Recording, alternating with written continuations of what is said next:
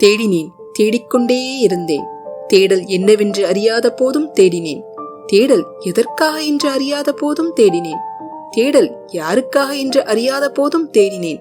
தேடி தேடி ஓடி ஓடி ஓய்ந்து அழுத்து களைத்துப் போய் அப்பாடா என்று விழுந்தேன். இத்தனை காலமாய் நான் தேடிய தேடல் ஓடல் அனைத்தும் என்னுள்ளே என்னை கண்டு சிரித்தது.